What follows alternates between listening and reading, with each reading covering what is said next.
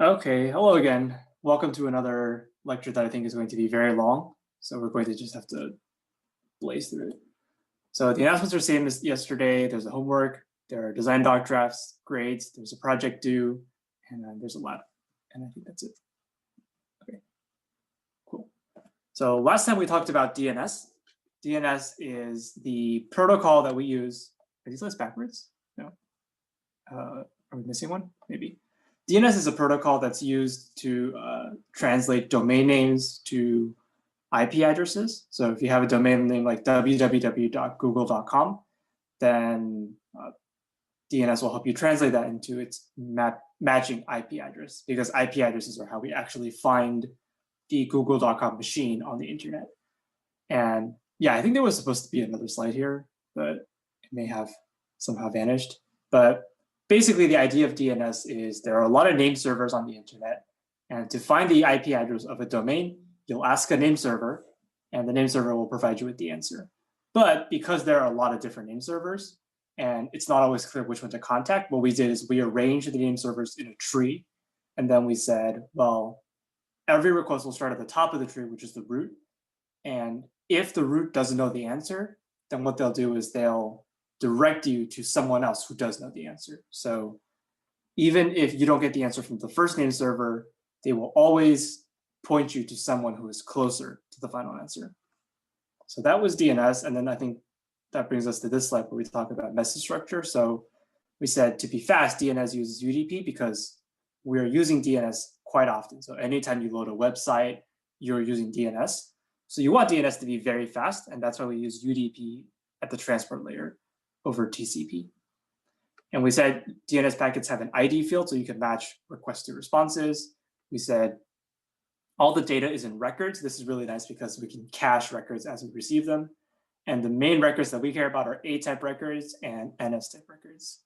And then we said the records are separated into 4 different sections depending on, is it a question, is it an answer, is it something to help us find the next server? Okay. And then we talked about the security. So we said there's a cache poisoning attack where if you send a malicious record and they cache the record, then now that malicious record is going to be preserved for a very long time, which is bad.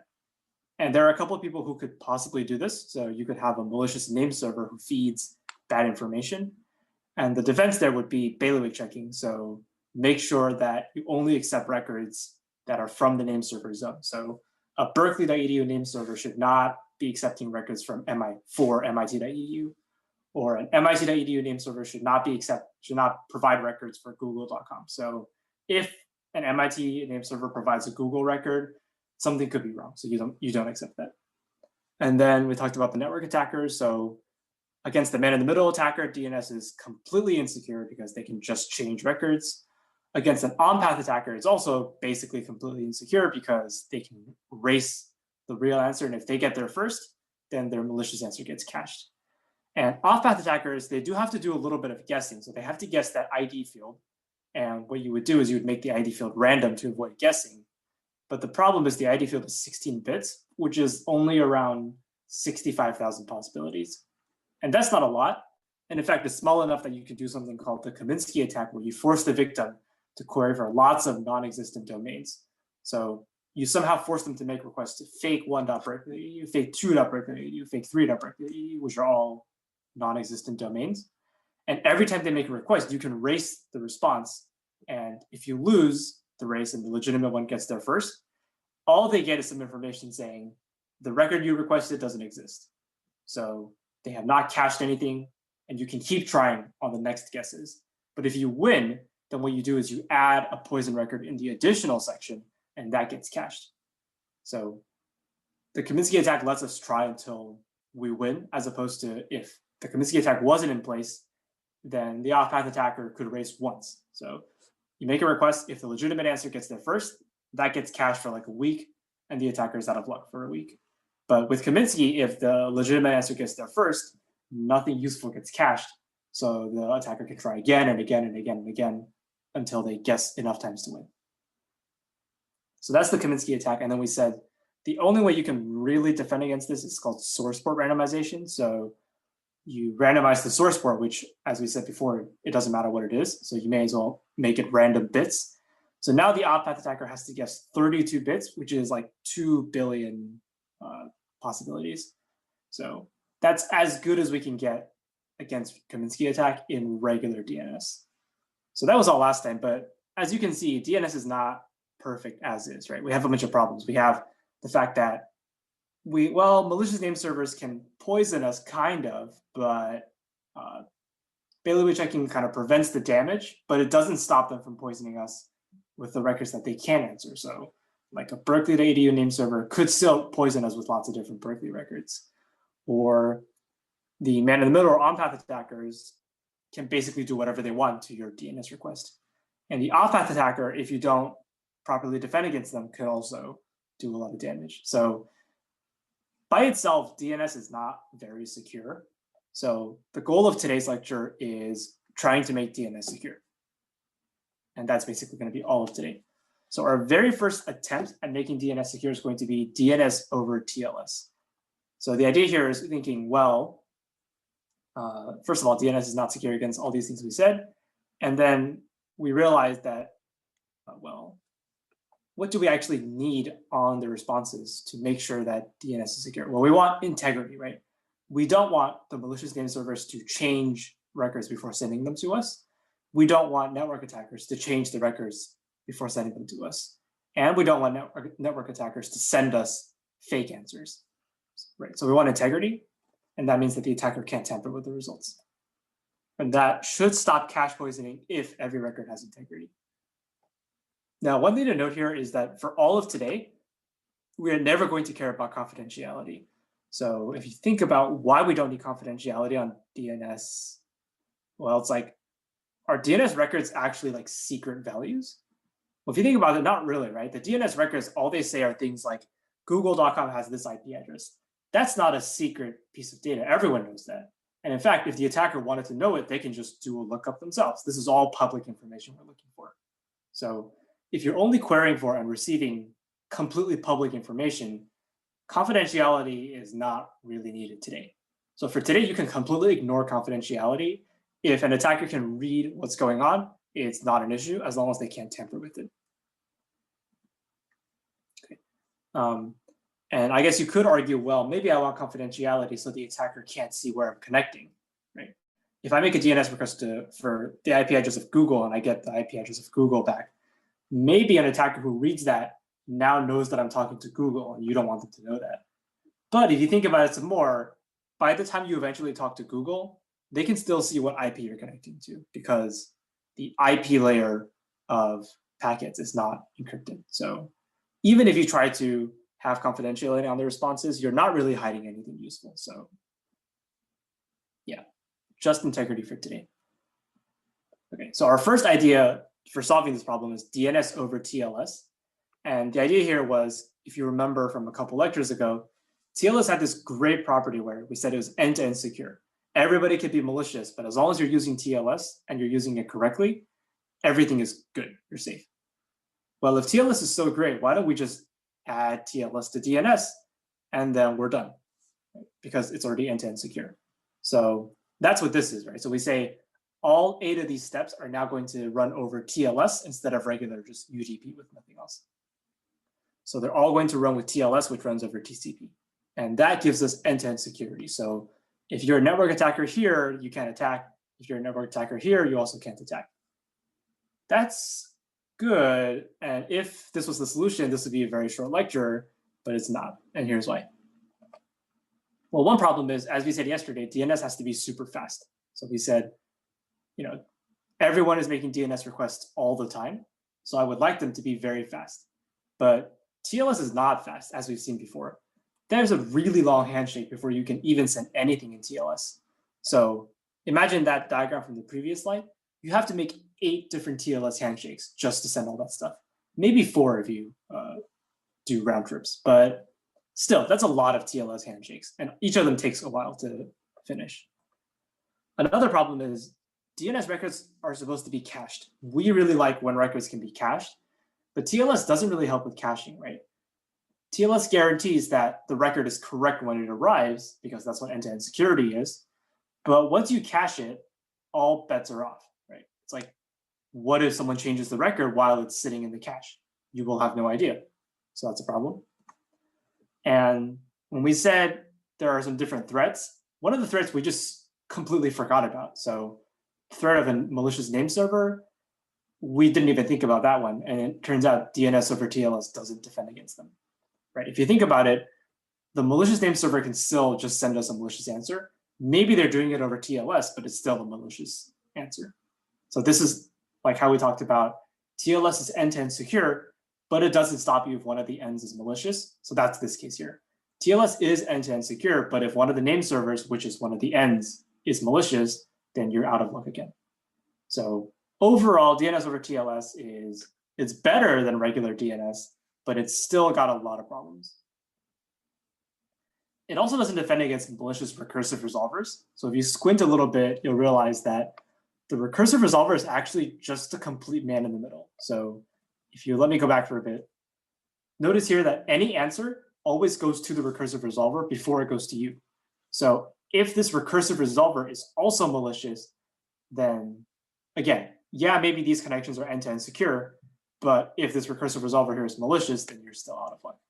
So this recursive resolver could modify any records before sending them back to you, the stub resolver. So we're not even protecting against malicious recursive resolvers. And it turns out in real life, the recursive resolver is actually a very common man in the middle. So this is a problem. We do want to defend against malicious recursive resolvers if we can. So yeah, these are a lot of issues, and this is why DNS over TLS is not really great. But a lot of these kind of get down to another kind of central issue, which is object security versus channel security. So this is a little bit kind of, we're taking a step back from DNS and just thinking about kind of a fundamental property of, I guess, cryptography or security. So the main problem here is that TLS is great because it secures the communication channel. So what we're saying is like from A to B, the link between A to B is secure. So whatever internet link you're using or whatever, it's all secure.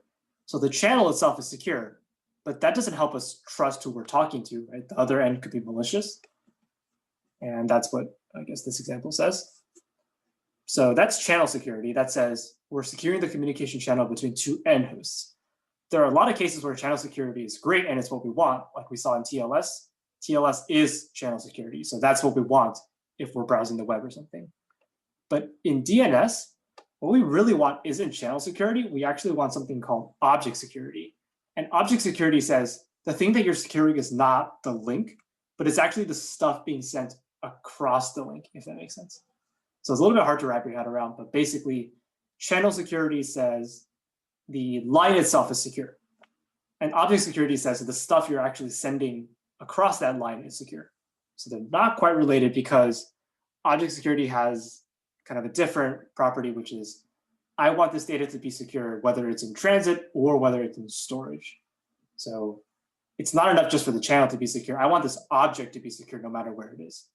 So that's a little bit different from channel security. Okay. So as we said, TLS is channel security, but it's not object security. So we want to design something that gives DNS object security. So that lets us secure things even if it's in the cache. Okay.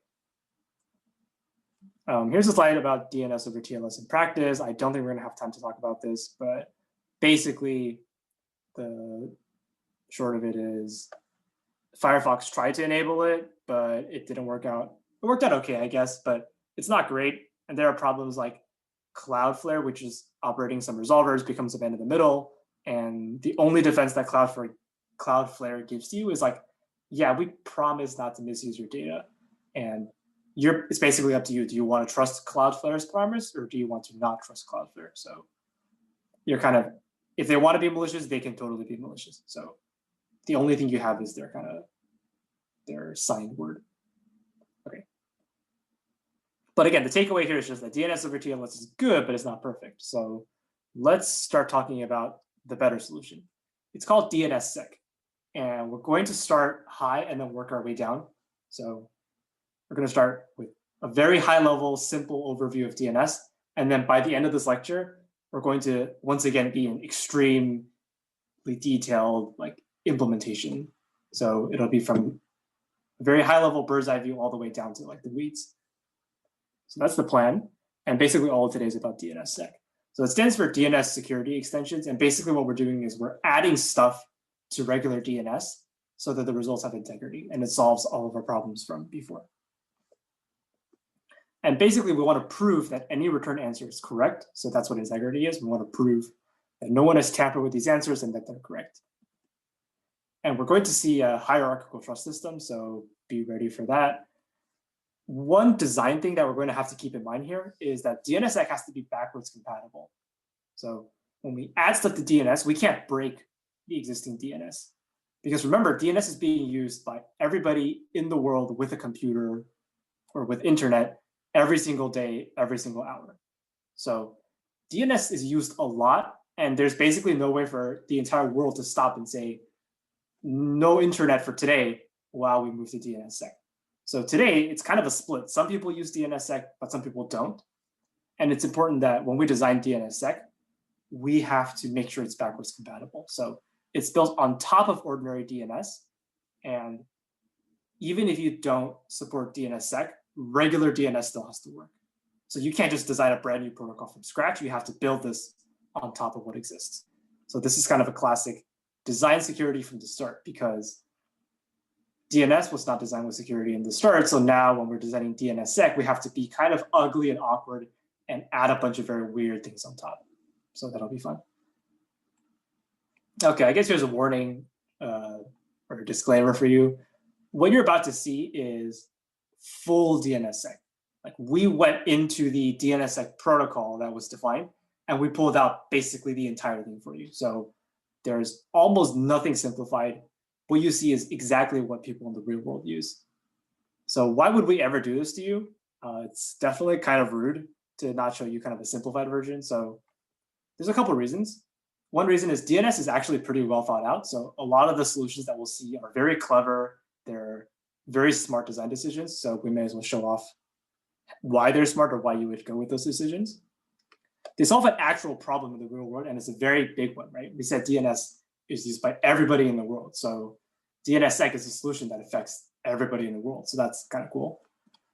It's an example of a real world infrastructure. So we'll see how trust is delegated in the real world. And then I guess it lets you appreciate what it's like to build security in the real world. So even if you never touch security research again, which is totally fine, at least you got a taste of, if you were someone who went into security research or that whole field, this is the kind of thing you might be working on.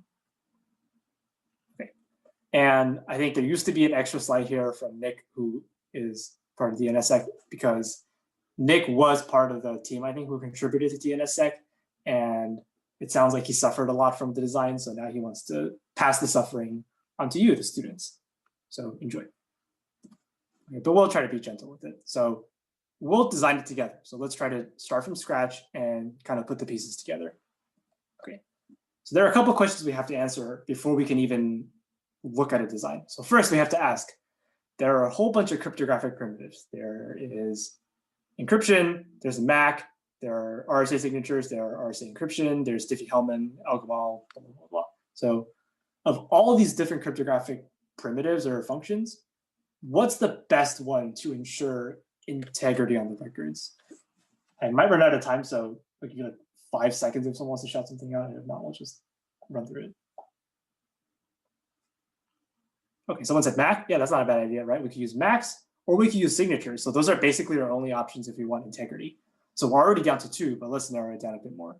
So it turns out between these two, there might be a solution with MACs, I'm not too sure, but in my mind, digital signatures are going to be the best, because if you think about it, we want everyone to verify. And between these two options, digital signatures is the option where one person can sign, right? So one person verifies the record is correct, or signs that the record is correct, but everybody else can validate it because it's public. So that seems like a better structure than MACs, because MACs require you to have a secret key in order to validate. And it's not clear, like, do we want the entire world to have a secret key to validate records? That doesn't seem like a very secret key anymore. So instead, if we use digital signatures, then one person will be the one signing and everybody else will be the people verifying.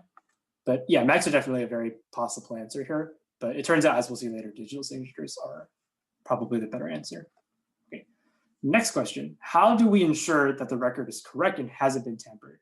So what pieces of information do we have to receive before we can be confident that this is for sure the record? So again, like, I guess 3 seconds, I don't know. And I guess you can recall digital signatures say, if you have the private key, you can sign, but everybody with the public key can verify. Okay. I think the answer here is just sign. Yeah, okay. So basically the name server should just sign their record with their private key. So when you're providing records as a name server, you sign them with your private key, and then everyone else can verify with their public key. So that'll be the structure for a lot of today. Okay, is that it? I think there's one more. Okay, next question. So it says, what does the name server need to send in order to ensure integrity? So we know that we want to sign stuff, but what's the actual data that has to go through before we can be very sure that this record is correct? So if you ask a question like, what's the IP address of east@berkeley.edu, what does this name server have to send back to you in order for you to be sure that the record has not been tampered with? Well, they had better send the record first, right? If they don't send the record, what are you going to do? So that one's pretty easy. And we said from before we want signatures, so we probably want to sign the record. So Berkeley.edu will send the record plus a signature. And there's one more thing that's missing here. Does anyone see it? What's the last thing that the name server or the recursive resolver needs to make sure that this record is correct?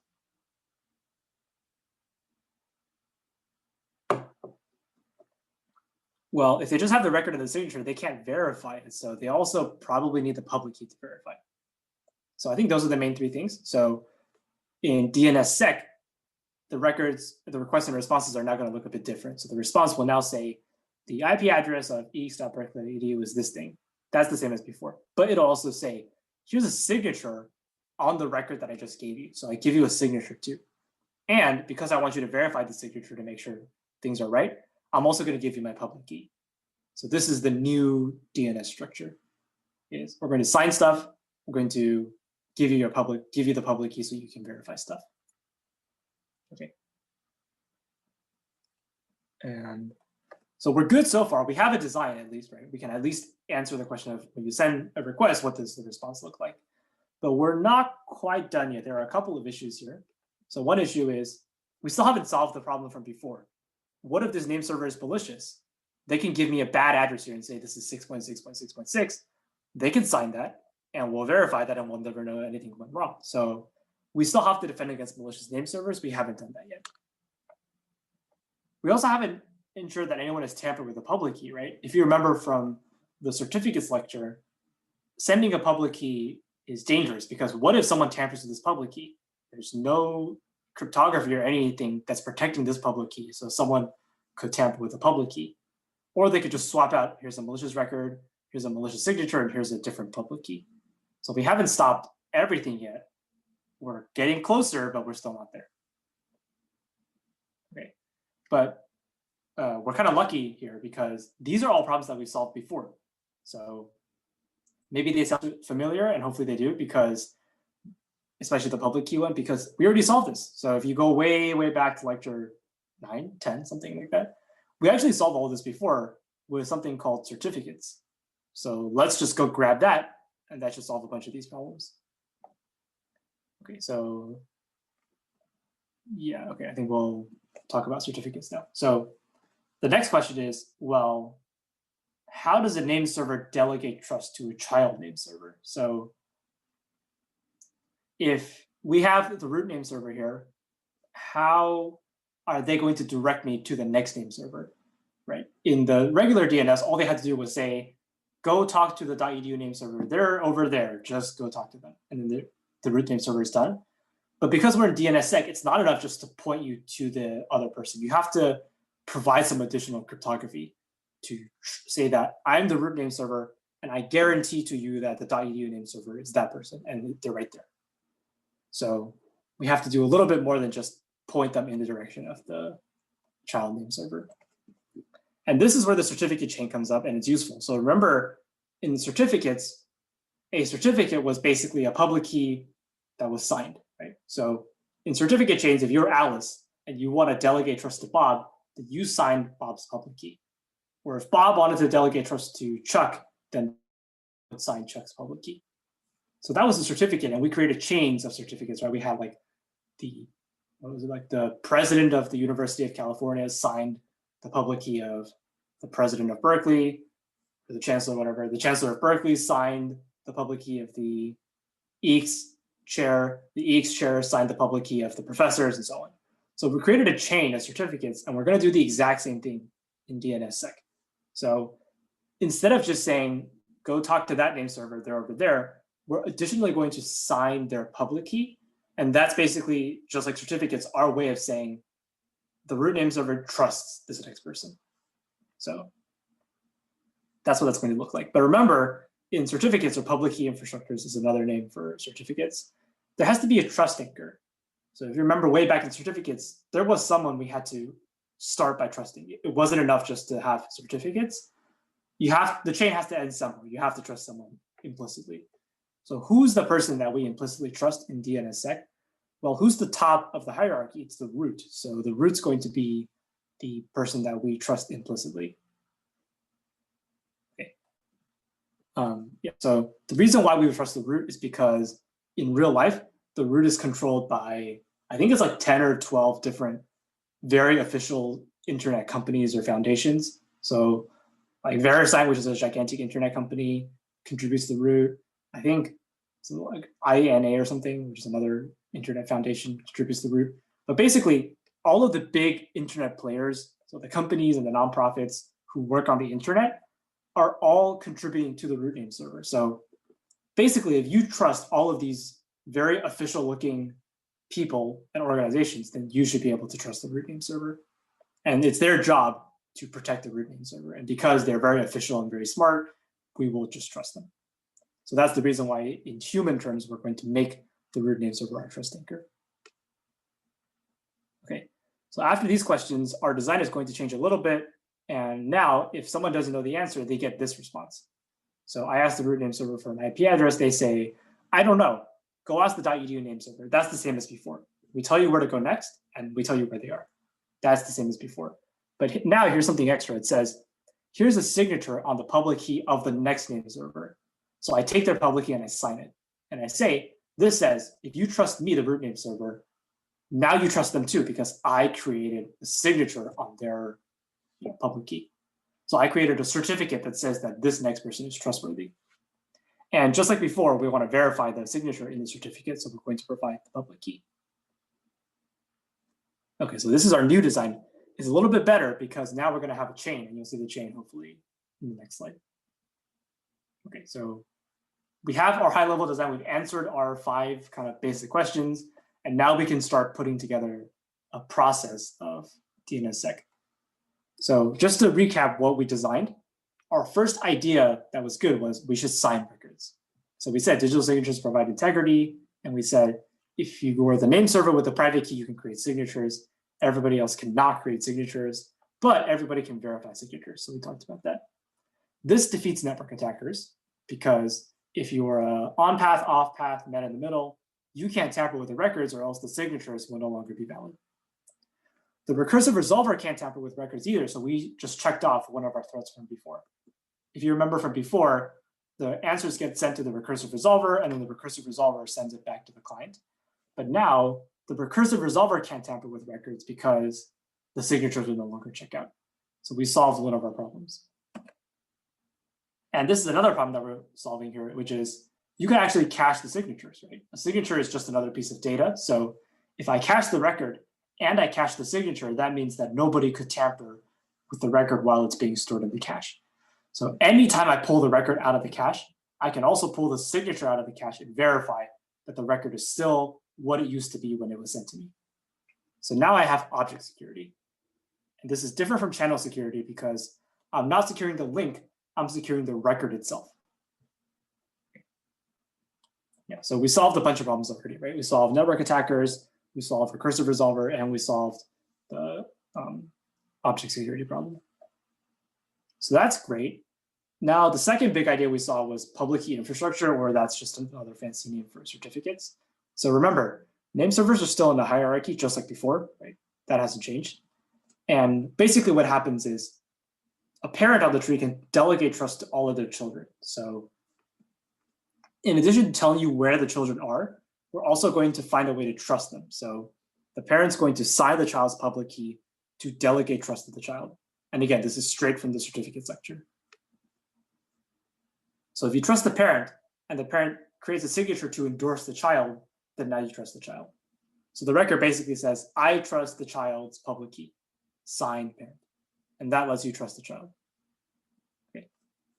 And remember, any certificate structure needs a trust anchor. So in this case, it's going to be the root. And that also means that the root name server's public key is going to be hard-coded. So everyone knows the root name server's public key. And how are you sure that the root name server's private key isn't tampered with?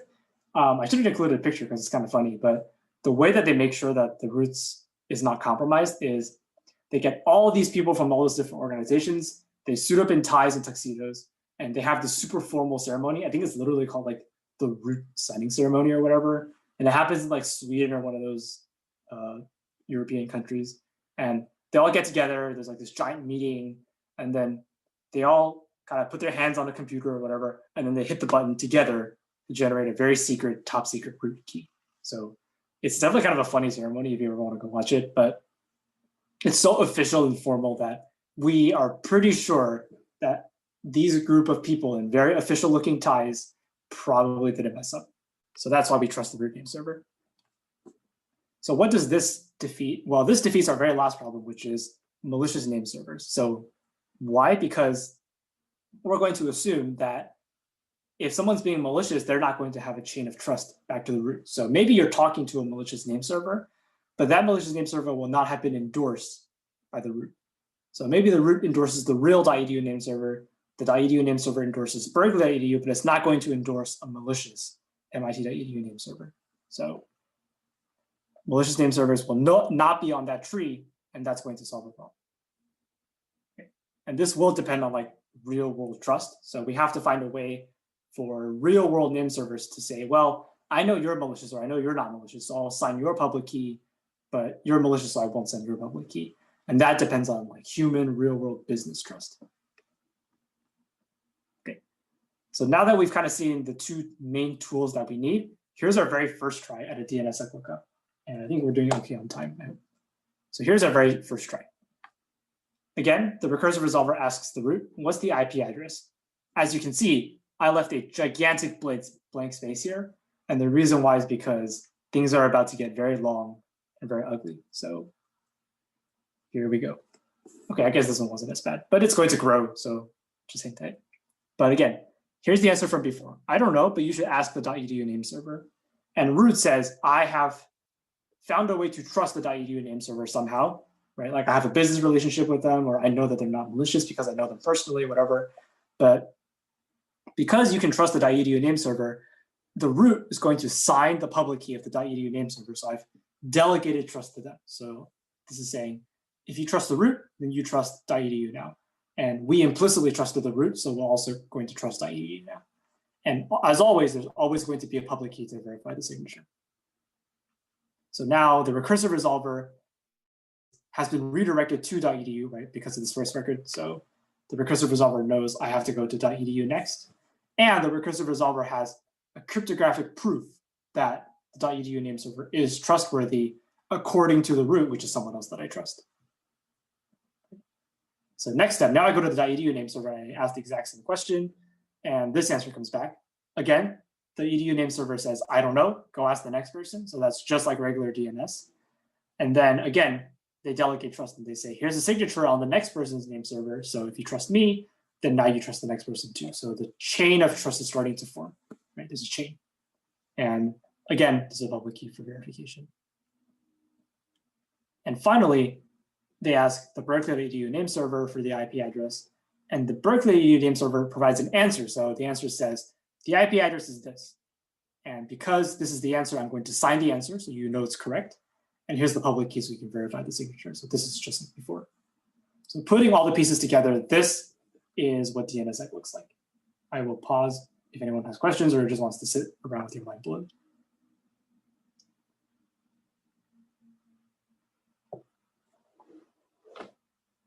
Okay, everyone good so far? So we're getting close. We're zooming in far enough that we can actually see a design starting to form in place. So that's great.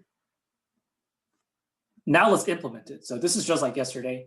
If you remember from yesterday, if you got to the diagram where you can see that the name servers are redirecting you, then you conceptually were done. So at a conceptual level, we're done with DNSSEC.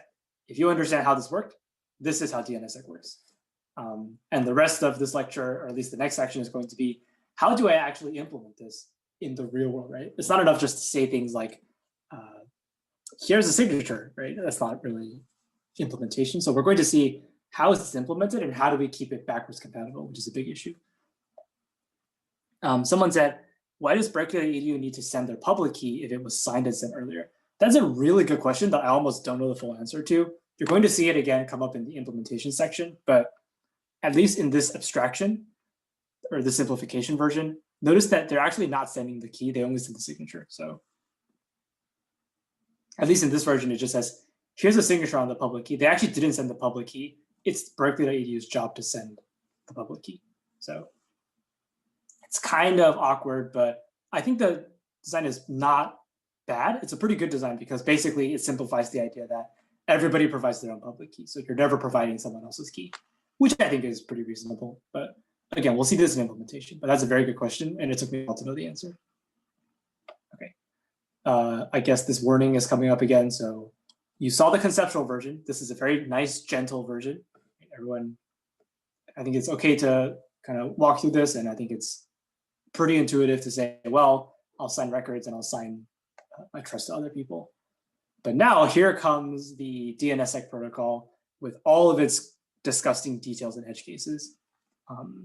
And we're going to blue out as much as we want, as we can. So we're going to try to be gentle. And if something isn't too important for understanding it, we won't test you on it. We're not trying to quiz you on the DNSSEC expertise. So we're going to blue out and make optional as much of this as we can. But do know that if you do include everything blue, this is full DNSSEC. Okay. And DNSSEC kind of has this property where the further you zoom in, the less intuitive things get, just because you're dealing with all these implementation details and edge cases. So at a high level, things were kind of nice and intuitive. As we zoom in, there's going to start to be some kind of funky or weird things, but that's kind of the nature of DNSSEC, unfortunately. It reminds me of, I think it was like high school chemistry class or something. They would tell me that when you talk about things like, I don't know, like matter, it makes sense at a high level. So, you can touch things and whatever. But once you zoom into like the atom level and you start talking about like quantum or whatever, things kind of stop making sense. When you have all these things jumping around or whatever, that's maybe not too helpful. But if you remember in like, I don't know, chemistry, I remember things started making sense and then they zoomed all the way into like the quantum level and things immediately stopped making sense to me. So, yeah.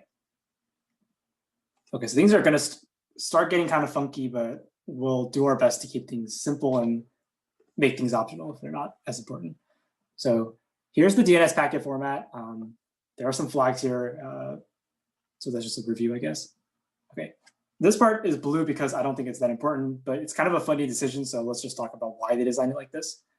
So a regular DNS packet has a size limit, right? If you remember back here, the flags are 8 bits. So you can have 8 different flags. Each one can be on or off. That's good for ordinary DNS. In ordinary DNS, you only need around 8 flags. But and messages are limited to 512 bytes, which is okay in regular DNS. But we're not in regular DNS anymore. We're in DNSSEC.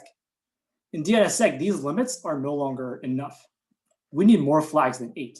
So in ordinary DNS, 8 flags was enough. But now we need more. Now you can say, well, how about why don't we just make this longer? Let's have a 16-bit flag field. Well, now you're breaking regular DNS. And remember, we're looking for backwards compatibility. Whatever you add to DNSSEC cannot break original DNS. So you can't just say, let me just add more flags or make a 16-bit flag field. That's not okay. The regular DNS from before still has to work. So we're limited to 8 flags. And there are the flags that we need. They're not that important. And some messages get larger because of signatures. So how do we solve this? The solution is kind of clever. So yeah, we talked about backwards compatibility. The solution is we're going to add a secret record. This record is called the opt pseudo section, and it's actually a record inside the additional section of DNS. And it has a new type, which is OPT. And there's some random, this is the official name for it, but again, it's not that important that you know it. But basically what happens is this record will secretly contain extra flags. So what the designers of DNS noticed is, if you go back here, they saw, well, I can't just add flags in any extra section, but I realized down here, this record section can be as long as I want. So let me just secretly put some flags here. And as long as everyone knows that the flags are secretly stored here, then we're good to go. We didn't break original DNS. So that's what people realized here, is you should add the extra flags and longer messages in the additional section in something called an opt pseudo record. So it's not that important. We're never going to ask you what EDNS0 stands for, but the important thing here is that we're looking for backwards compatibility. So sometimes you have to be a little bit clever to provide backwards compatibility. It would be nice if at the very beginning, the designers just put 16 bits in regular DNS, but because they didn't do that and they didn't design security in from the start, as redesigners, we have to stick with what we've got and add, something funky like the opt pseudo section. So that's an example of something that we're going to have to deal with. Okay, back to things that are a little bit important. So as we'll see, there are ways to group records together. So if there are a bunch of records of the same name and type, they form something called a resource record set or an RR set. So for example, if, as we saw yesterday, sometimes a domain has a lot of different IPs, right? Or a name server has a lot of different mirrors across the world. So in those cases, I can group them together in a set, and this will be helpful for simplifying signatures. So instead of signing every single record separately, which would be a total pain, we're going to sign the entire set at once. So in hindsight, this probably should have also been blue. So we're not going to quiz you on like what RR set stands for, but it's good to know that this is a way that we simplify signatures. Okay. Now let's talk about record types. So remember, regular DNS, everything is records with types. That was really great for caching and stuff. And because we're trying to be backwards compatible, we need to stick with record types. So even as we add all sorts of wild cryptography, we need to stick with the original record structure because everything has to be backwards compatible. So to do that, we're going to add new types so we can send not just IP addresses and domains, but also cryptographic information. So here are the new record types that we care about. There's one called RRSig. This one is kind of intuitive. Basically, it says, if I want to send a signature, the type is RRSig. So makes sense. There's a DNS key. Remember how we said you have to send public keys a lot? So everyone will say, here's the public key for verification. If you send a public key for verification, you're going to encode it in a record type called DNS key. So those are the public keys. These make a lot of sense. The one that's a little bit funky and weird is DS, which is delegated signer. So this is the odd one out. And this one's going to be used to delegate trust. So this is going to allow us to pass trust from the parent to the child. And we'll see how it works in a moment. But these are the main three you have to know. There are even more out there, but for today, let's just focus on these three. So for signatures, use RRSig. For DNS key, or for public keys, use DNS key. To delegate trust to a child, use DS. Okay. So just in the interest of full DNSSEC, because we promised you're going to see the whole thing, here's the whole thing. So here's the RRSig, and it has metadata. It has a lot of metadata. Is that it? Yes. That's a lot of metadata. Do I care what that is? Not really. Do you need to care what that is? Not really. But just know that, yes, there's a lot of metadata. What about DNS key? There is also metadata, but not as much. Great. What about DS? DS also has metadata, but again, not as much. Okay. That's a lot of information that I don't care about and you don't have to care about, but in the interest of giving you full DNSSEC, there you go. So as you can see, when you're designing this for real, you have to deal with lots of this metadata. When we're just trying to understand what's going on, it's okay to abstract this away. But if you ever go into systems research or whatever, and you're designing something real like this for the world to use, you need to be very careful about all this metadata. So it's not very interesting, which is why we don't show it to you, but it's there. And if it wasn't there, things would break. So you do have to be careful about those. But yeah, I don't care too much about these. So let's just move on. Okay, let's talk about DS, which is the kind of odd child out. So remember, when we delegated trust, what did we send? We sent a signature on the child's public key, and that allowed us to delegate trust. Okay? And as someone mentioned in a question, they said, or we said, we don't actually send the public key itself. We just send a signature on the child's public key. That's a little bit funky, and the DS record makes it a little bit weirder, but basically what you do in DNSSEC to delegate trust is you provide two things. First, you provide a DS type record. This has the hash of the signer's name and the child's public key. So you say the .edu name server is about to endorse the Berkeley.edu name server's public key. You take all that stuff and you hash it, and that's your DS record. And then you sign the DS record. And those two things together essentially have created the trust that we talked about earlier. So the way to sign the child's public key as a parent is to take their public key, hash it, and then sign the hash. I don't even know why this is the structure. I think it's because this creates like a constant size record, I guess, right? Because the DS type is constant size and the RSIC is constant type, so you're not worrying about gigantic keys. But to be quite honest, I actually don't know the right answer to this. I'm like, why is it designed this way? So as you can see, things are starting to break down, but it kind of is not impossible to wrap your head around, which is you take the child's key, you hash it, and then you sign it. So if you take these two records and combine them, you've created the signature from before that we talked about. So this is the odd one out for sure. Great. So try number two. We're back to where we started. And instead of writing it in nice English words, now we're going to give it to you in all of its disgusting record detail. So again, we asked the question, what does the root name server reply with? It replies with this. So what does it say? First it says, like before, I don't know, but you ask the .edu name server.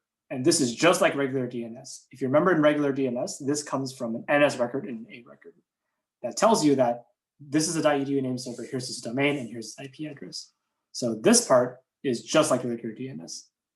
The second part is the funny part from before. We said we have to delegate trust by signing the public key. And we said that in DNSSEC, the way to sign a public key is to use a DS record to hash their public key, and then an RRSIG record to sign it. So these two records together basically sign the child's public key and delegate trust to them. And then finally, here's my public key. This one's very simple. You just provide the DNS key record. Okay. So this is the zoomed in record view of what a DNSSEC lookup looks like. Okay, let's go again. So we asked the same question. We get another gigantic response, and it says, I don't know, go ask the next name server. And again, just like regular DNS, you get the NS record to tell you where the domain is, and the A record to tell you where the IP address is. And again, we get a signature to trust the next name server. So we use a DS record to hash their child's public key, and then we sign that with an RSA record. And finally, we give a public key to verify the signature, and that's the DNS key record.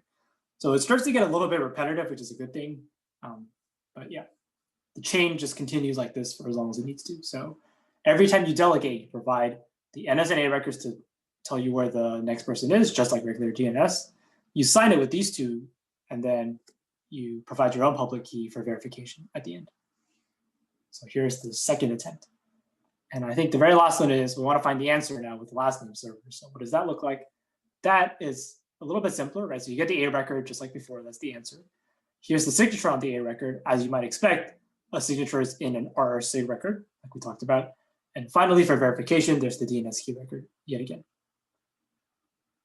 So if you understand this, not only do you have the conceptual part down, but you've also zoomed in far enough to understand what the records look like. So we're one step ahead again. So we've zoomed further in. It's 4:30, so let's see what's next. Okay, so the next part is kind of the extra credit, bonus, extremely detailed, like quantum view, zoomed in, magnifying glass, other adjectives, DNSSEC. So we're like 90% of the way there, right? You'll have all the records, you understand the records and the intuition behind it. This very next step, like this last 10%, is a very weird but kind of important feature. And it's so weird and stuff just starts to break down. So I'll be honest, when I took this class, I had no idea what this next section was all about. It completely just baffled me. I understood up to this part, this was okay. But once we got to the next part, everything just broke down for me. So because summer is fast and we're trying to be a little bit nice now, I think we're gonna make the next part optional. So we're not gonna test you on this next part, but since some semesters, like Nick Weaver semesters, do talk about it, we'll give it to you just for completeness. So I think instead of taking a break because we don't have time, I think what's going to happen is the next 10 minutes are all going to be blue. So everything from the next 10 minutes is completely out of scope. So if you want the break, feel free to just step outside and come back at 4:40 p.m. If you want to learn about the full disgusting DNSSEC final 10% extra credit question, then I guess you can stick around. Okay, does that sound like a plan for everyone? And also if you're on a recording and you don't want to hear about it, feel free to just skip like 10 minutes ahead. Okay, so I think that's the plan. So we're gonna have kind of like a pseudo break. And if you want to stick around, we'll spend the break talking about the final piece of the DNSSEC puzzle, which is definitely the very most confusing part. Okay, it's called key signing keys and zone signing keys. First, let's talk about why someone would do something crazy like this, right? This design was so good, it solved all of our problems and it was so clean. So why would someone come in and do something insane like this? The reason is because of key compromise. So not everything goes right all the time. Sometimes a name server has to change keys. And to change keys, they have, right? For example, someone could steal their key. If your private key is stolen, you need to change your keys. You can't just keep using a stolen key. Right? And to do so, you need to tell your parent that the key has been changed because the parent has to change its DS record. Remember, the DS record has the hash of the child's key. So if the child changes its key, the child needs to tell the parent that the key has changed, right? So you can think of it as like if you're, I don't know, like outside as a kid and you break something, you have to go tell your parents like, "Hi mom, I broke my toy or whatever," right? So you have to go to your parents and tell them that you broke your, precious little toy or whatever. Okay, so you have to go tell your parent. The problem is this is very complicated. Your parents are going to yell at you. You're going to be grounded. They're going to punish you. They'll send you to bed. It's going to suck. And it turns out in DNSSEC, it's basically the same. The parent's not going to be very happy about this because the key change protocol is ridiculously complicated. There's so much you have to do to make sure that the keys are securely updated from both sides. That is just a pain in the ass for everyone. Nobody wants to do this. So this next section is basically a kind of short hack to get around this problem. I don't want to have to go tattle to my parents that I've broken something. So the solution is kind of funny, but the solution is going to be, you know what? I'm going to make myself my own parent. Screw you. So that's weird, but what does that mean? The idea here is every name server now has two halves. So it has an upper half and a lower half. And basically the chain is going to be the same, but it's going to be twice as long because instead of going name server 1, name server 2, name server 3, we're going to go name server upper half, name server lower half, name server upper half, name server lower half, name server upper half, name server lower half. So the chain is going to be twice as long because every name server has two halves and they basically operate independently as different name servers. So every name server is now two name servers in one. What does this solve? The idea basically is if I want to change the keys, half of the time I am going to be in really good shape because if I have to change the keys in any of the lower halves, I have to contact my parent, but who's the parent of the lower half? The parent of the lower half is the upper half.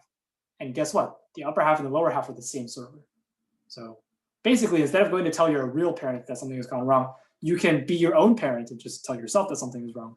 And that's super easy because I'll just be like, sorry, me, and then I'll tell myself, yeah, I forgive you, and then everything will be good. So if we have to change keys, we don't have to contact the other name server because the parent of the lower half is the upper half. They're the same person. So by splitting into two, half of the time we've avoided this ridiculous protocol. So that's the motivation for why this is in place. I think there are other reasons, to be quite honest, but this to me is the most intuitive reason why someone would do something like this. Okay, so basically the only thing that's changed here is that every server is now two servers, and the names, instead of calling them upper half and lower half, we're going to call them key signing keys and zone signing keys. The upper half is called key signing key, and its only job is to sign the lower half. So the upper half is never going to do things like delegate to another server or provide answers. That's what the lower half is for, right? The upper half's only job is to endorse the lower half. So the key signing key is only used to endorse the zone signing key, which is the lower half. And the zone signing key is going to do what we saw from before. So if you want to delegate to the next person, that's the zone signing key's job. If you want to provide an answer, that's the zone signing key's job. So that's the lower half. And the lower half is going to endorse the upper half of the next person or the final answer, depending on the application. But basically, this upper half is kind of a dummy upper half. It doesn't do anything useful except endorsing the lower half. That's its only job. So this upper half key signing key will never be used for anything except signing the lower half. Okay. So as an example, I guess, the Berkeley AU name server has two key pairs.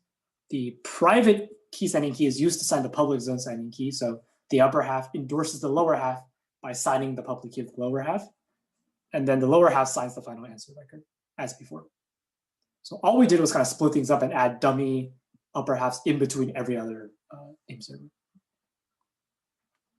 So here's a kind of diagram of a path of trust. I think Nicholas made this, so he probably has a better explanation if you want one, so you can ask him afterwards. But basically, you see here that if there was no double key, then what happens is pretty simple. So you have a key, the root of trust, right? So this is the root name server with a dot. This is their key. They use the DS delegate record to delegate the .org name server's key, right? And this is their public key. And then they use another delegation record to delegate to the CS161.org key.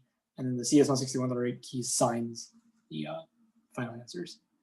And basically what you see here is that these bold lines are a chain of trust. So here's the final answer record. And if you follow the bold arrows, you get here, here, here, here, and you trace your way up and you get back to root. So what we want is we want a chain of trust that stems all the way back to root. And why are these all trusted? Because notice how you're using a DS record and you're signing the DS record, and you're using DS and you're signing DS. So DS allows us to create this chain because DS records are signed. Okay. Now this is so good. Let's just break it and make things horrifically complicated. So let's go. Here's the root of trust again. And the chain is now twice as long. So here's our original chain. We made it twice as long. Right? So you go from the key signing key, the upper half, to the lower half, the TNS key. The lower half endorses the upper half endorses the lower half endorses the upper half endorses the lower half endorses the final answer. So again, you still have that line of bold all the way going back up, but things are just twice as long now. Okay. Now, one kind of funny thing to note here, and it kind of was an issue in all the previous slides too, is that NS records actually never get signed. And the reason why is because all I care about is this chain. So all those intermediate answers actually never get signed. The only thing that we really care about is the A record. So you might ask yourself, in all those previous ones, why didn't I also sign the NS and the A records to direct me to the next person? It's because the only thing I really cared about is the final answer. So I don't care where it came from. All I care about is that I eventually have enough records to create a chain from my answer to the root. So that's another thing. Okay, so here's attempt number 3, the bonus attempt, the bonus round. And now I think the fonts got smaller because this is just going to be a gigantic thing. So first, I think we're going to split it up. So instead of asking what's the public key of ex@berkeley.edu, we're going to ask a different question. We're going to say, what are your public keys? And this question is enough to get us from the upper half to the lower half, and we'll see why. The reason why this gets us from the upper half to the lower half is because the root name server is going to say, here are my public keys, right? They answer your question. They say, here's my upper half key, KSK, and my lower half key, ZSK. Here's the signature on my lower half key. So if you trust my upper half key, then I trust my lower half key. So this delegates from the upper half to the lower half by using an RSig to sign the zone signing key, the lower half key, with the public key, or the private key signing key, the upper half. That's a lot of different words, and you can already see why this is just a complete nightmare to think about. Okay, so anything that made sense from before really just starts to break down here, but at least you can see it in its full glory. So this question, again, all it does is it takes the upper half and endorses the lower half. So you get both public keys and you endorse the lower half. Notice here that the DS record is not being used, right? Remember how we use DS to endorse the child name server? In this case, because the upper half and the lower half are the same name server, you don't have to use DS to endorse. You can just directly sign the DNS key record.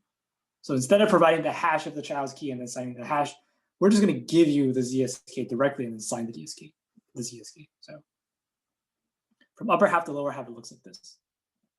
Next, now we're at the lower half. We're asking the same name server this question because we're still in the lower half. We ask the real question at this point. And the real question gets the same answer from before. I don't know. Here's the NSNA records. And again, I'm going to delegate to the next person. So I'm going to send a DS record. And this time, instead of just saying the next name server's public key, it's the next name server's public KSK, their upper half.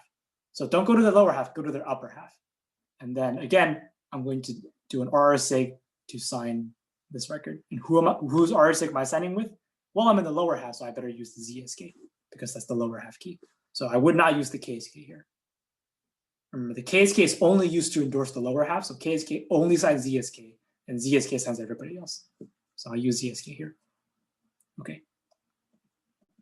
Next, let's go to the next name server. So now we're at EDU, and let's ask the upper half what their public keys are.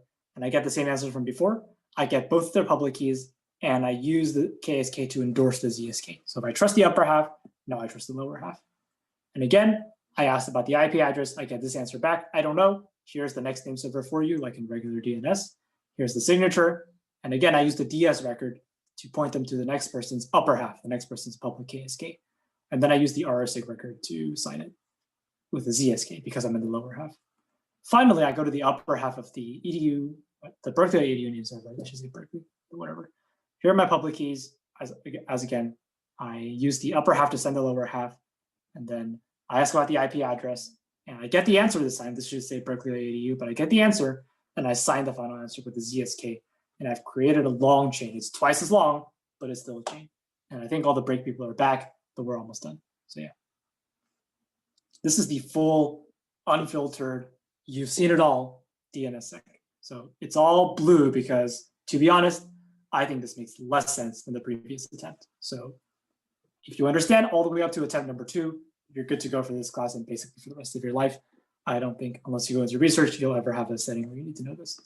But it is kind of an interesting design, and it solves a pretty interesting question, which is, if you go all the way back, it solves the fun question of, if I need to tattle to my parents, I'm going to make myself my own parent, which is a ridiculous solution. But it turns out that it works. So I think it's an interesting solution to an interesting problem. So it is worth kind of noting. And in some semesters, the poor students have to remember all of this stuff. But because this is summer and things are fast enough, I think we're going to just leave this as a side note. Okay. In the interest of time, I'm going to go through this fast. But it turns out that if you remember our dig walkthrough from yesterday, you can do that with real DNSSEC too. And why? Because we gave you full DNSSEC. So you can actually see everything from today in this walkthrough, okay, including all the optional stuff. And again, you can try this at home by using no recurse, but also set DNSSEC so you get DNSSEC responses. Okay, here's the chain of trust. We're going to maintain it as we go this time. So what do we trust before we start? We trust the root, right? The DNS key of the root. That's the only thing we trust right now, the upper half of the root. So we don't even trust the lower half of the root yet. We only trust the upper half, which is the root's key signing key. That's our anchor of trust. There's nothing else in our chain because we don't trust anything else yet. So let's query the root name server for its public keys. That's what we said from before, right? So we get this answer. One funny thing to know here is, wait a minute, there is an answer section, there's a question section, but there's no additional section, it's blank. So why does it say there's one record in the additional section? What the heck? Right? And if you think way, way back to another optional thing, this additional section record is the op pseudo record. Oh, that's what this is, right? So now you see what this is. And as you can see, there are some bonus flags here, right? You had flags here already, but now you have extra flags. You have a UDP size to tell you how big this packet is in case it requires more than one UDP packet. And it has that EDNS version 0 thing that we showed you. So you understand enough about DNSSEC from this lecture that you can even see this disgusting dig output, and you actually understand what everything means. You understand all the metadata, all of the weird words and the acronyms. There's nothing we have to abstract for you because you've seen it all. So that's kind of cool. It's kind of rare, right? Like a lot of CS classes show you simplified things, and if you go try them in the real world, you get all this weird gibberish that we're just like, don't worry about it. But DNSSEC is one thing where we can actually show you from the bottom up everything, and you understand what this is, what this is, what this is. So that's kind of cool to me, and why things are like, one additional record or whatever. So that's kind of cool. Now down here, we use the KSK just on the ZSK. So again, if you trust the upper half, now you trust the lower half, right? And because we have the ZSK here, right? Here's the ZSK record. Here's the signature on the ZSK record. that goes in our chain of trust. Why? Because this was signed by the KSK of root, and I trust the KSK of root. So my chain of trust just grew by 1 by this record, this answer. Let's keep going. Let's ask about the IP address of Berkeley this time. And again, I get the regular NS records, right? And I get the A records. That's all the same from before. The only new thing is this, the DS record. And the DS record says, here's the next person's key signing key, and here's the signature on it. So that goes into our chain of trust as well. Now I trust the .edu name server's key signing key because of this pair of signing records. Next, I go to the .edu name server. I found this IP by looking here, right? The 192.5630. I looked there, I got this IP address. I asked them for their public keys. I get this. Again, a lot of the stuff is the same as before. You have the op sudo section and all that good stuff. And again, the upper half signs the lower half. So I add the upper half and lower half into my chain of trust. And then I ask for the IP address. I get this thing. And again, everything is the same here except for this extra pair of records, the DS and the RR-SIG, and that lets me delegate to the next person. So that also goes in my chain of trust. And my chain of trust is slowly growing and growing. Now I ask the next name server, Berkeley ADU. Again, they allow me to delegate to the child, and the slides are getting so cluttered that things are just running into each other. And then finally, I ask about the IP address of eeks.berkeley.edu, and I get the final answer record, which is signed. So thanks to this huge chain of trust, I go all the way back to root. So I can verify this record by checking, oh, it's signed with the ZSK. The ZSK is signed with the KSK. Oh, this is signed by the ZSK. Oh, this is signed by the KSK. Oh, this is signed by the ZSK. Oh, this is signed by the trust anchor, so I must be good. Okay, that was huge, and it's all blue, so it's okay if you only understood up to attempt number 2. We're not going to ask you to read stuff like this on an exam, so don't worry about it. But it is cool that you can now see real world, completely unabridged DNSSEC and understand basically what all the moving parts are. So that's cool. Okay. So it is a lot. So if you're even still with us at this point, you've done a lot. So definitely good job on getting this far. Okay. I think we're back in the regular white section. So there's one last topic we have to talk about, and this is kind of important for our design. So, and I think it's relatively understandable compared to this gibberish. So we'll just go ahead and talk about it quickly. So this is something that we haven't talked about too much yet, but we have to talk about because it comes up a lot, which is non-existent domains. If you type in something like, if you just keyboard bash on your keyboard and you type it in the browser, that's not a real domain. And DNS has to tell you it's not real, right? They have to tell you it doesn't exist. So DNSSEC so far, excellent if domains exist. We sign everything, and every record for an existing domain is signed, and we'll always be sure that they have object security. That's super good. But what if we ask for a domain that doesn't exist? We haven't solved that question yet, right? Now, in regular DNS, this is not a problem. All we do in regular DNS is say, the thing you asked for doesn't exist. Thank you very much. Have a nice day. But why is that not enough in DNSSEC? Because we have to sign it. We have to authenticate that this domain doesn't exist. We have to prove that the domain is not existent. That's a little bit harder than a regular or in non-DNSSEC DNS. Because there you just say, yeah, it doesn't exist. Goodbye. Here we have to not only say it doesn't exist, but find a way to sign that or prove to them that it doesn't exist.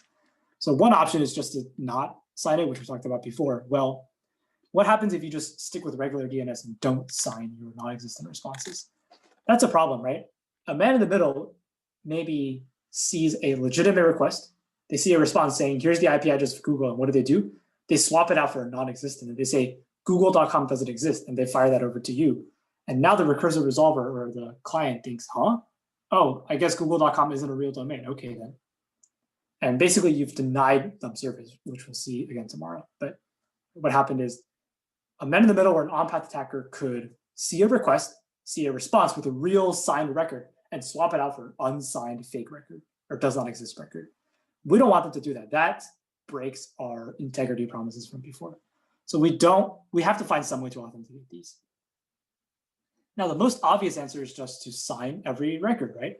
If someone asks me for, fake1.google.com, I will just sign a record saying fake1.google.com doesn't exist, sign server, and give it back to you. There are some problems with this. So one problem is, we'll talk about this later, but it's an issue if the name servers are hacked. But the main problem to me is signing is super slow. digital signatures are public key cryptography, and public key cryptography is slow.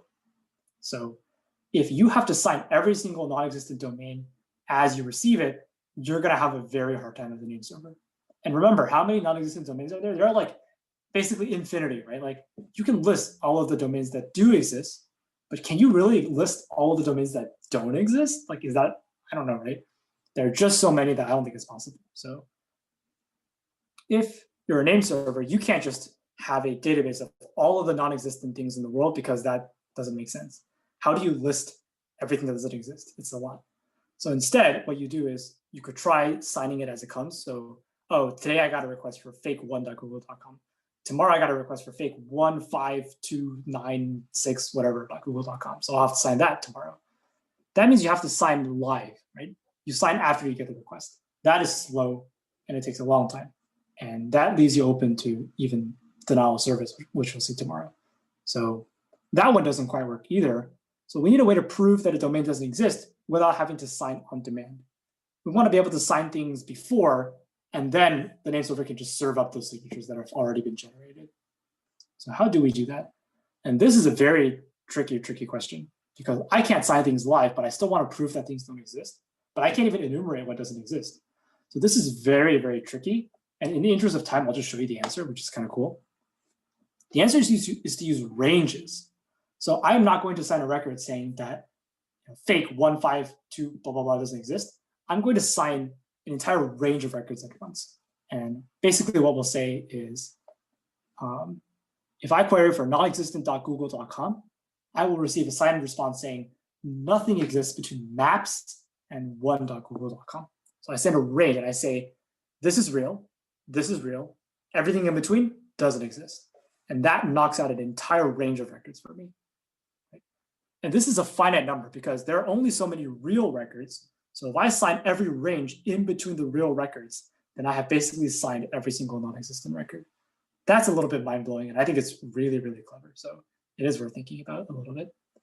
And what you do is you just order the domains alphabetically, and after Z, you just loop around to A, and you create a bunch of ranges. So here's a range. We say everything between maps and 1 doesn't exist, and we sign one record that says that.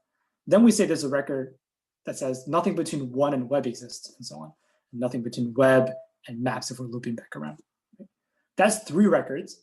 And no matter what non-existent thing I receive, you can give me any keyboard matching fake record you want, or fake domain name.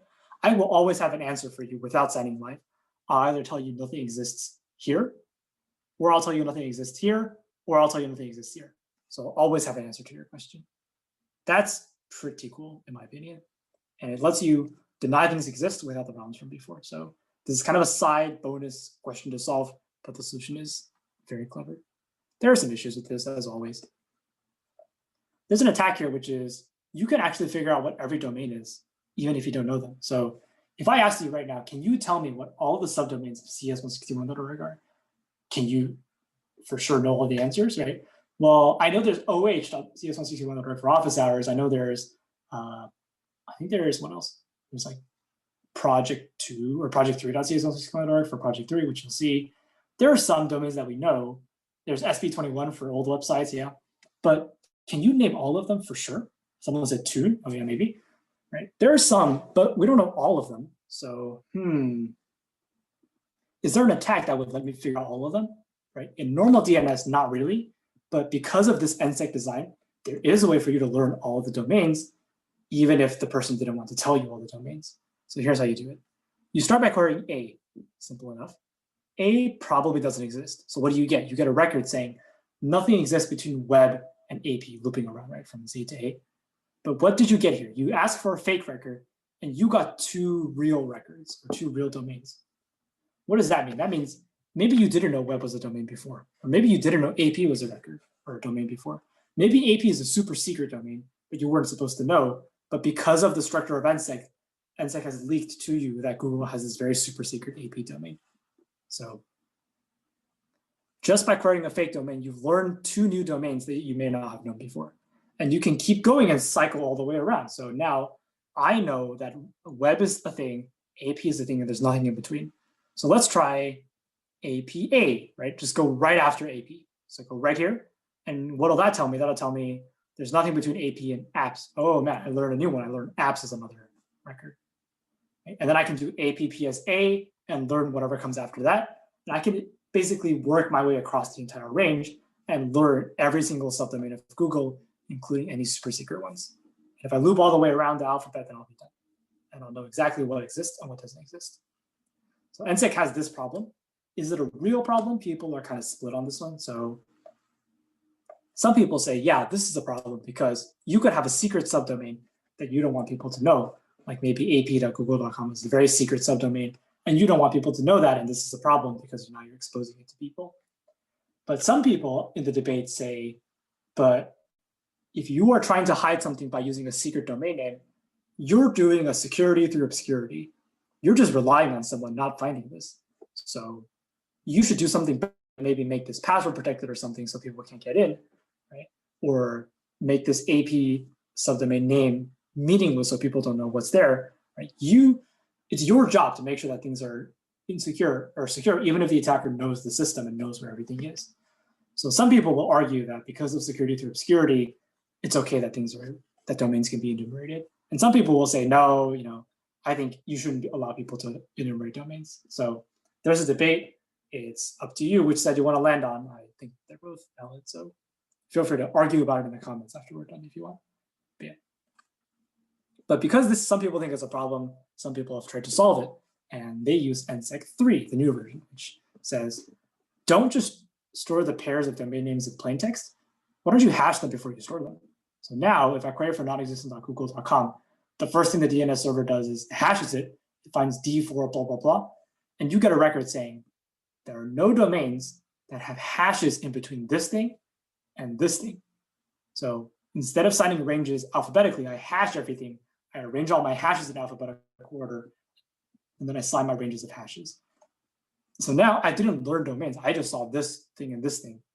But I'm still very certain that this domain doesn't exist because I know that this hash is in between, and I got a signed record saying that these two are real and nothing in between is real. So a little bit better. Right now, I'm not learning domain names, but there are also issues. And the main issue here is you can just brute force. In modern day, hashing is easy. You can just brute force all the reasonable domain names. How many domain names are there? There are a lot, but most people use English words. So you're kind of limited to what you can try. So you can still cycle through all the domain names and then do a dictionary attack to figure out what the domain names are. So the only way to stop this is to use very long, very random domain names that are just complete gibberish letters. That would make brute force kind of difficult. But since most people use common ones like mail or web or whatever, then it turns out domain enumeration is possible. So you're still stuck. The only true way to prevent this is to actually generate signatures online, but we said that's expensive. So you have this trade-off. Either you can be expensive but secure, or you can be leaking information but secure, or you can be completely insecure but fast. So you have to trade off between no NSEC at all, NSEC 1, or NSEC 3. And there's not a great answer. You have to kind of pick and choose depending on what you want and depending on whether you think domain enumeration is a problem. And that's something that the designers of DNSSEC had to worry about as well. Okay. And yes, because security researchers are never satisfied, there's a new one called NSEC 5, but we're not going to talk about it. And yeah, this lecture was very long as we expected. There's a section about practice, but we're going to skip over it. And we'll make it blue afterwards, so don't worry about it. Most of it is just kind of like, what can go wrong with DNSSEC? So for example, HBO Go, that streaming service, it actually went down because of DNSSEC, which is funny. So yeah, there are some problems. I will highlight one for you because this is kind of important, which is you need to implement the entire chain and validate the entire chain.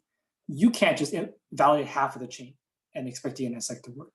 So one common mistake that a lot of DNSSEC implementations do is they validate at the recursive resolver, but not the stub.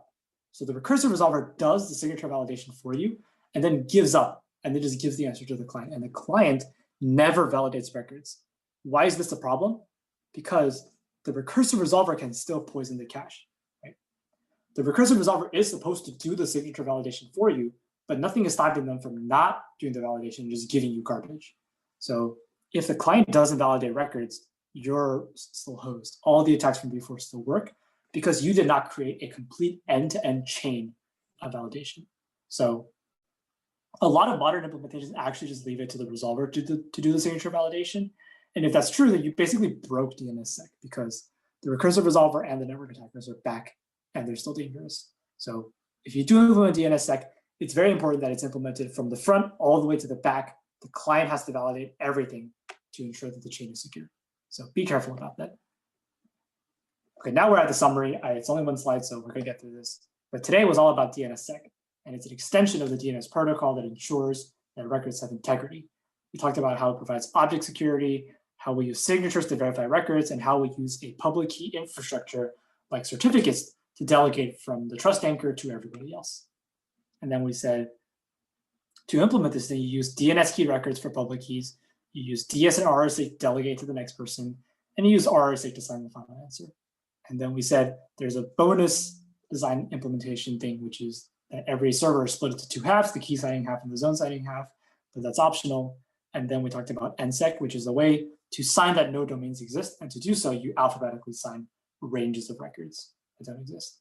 That brings us to the end, and we are apparently just on time. So does anyone have final questions?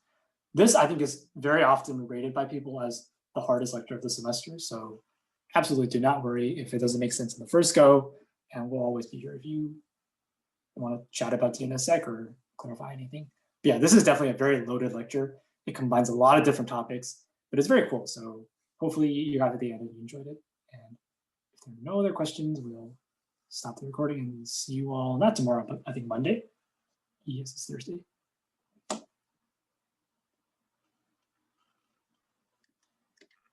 Okay, I think we're good. So see you all later.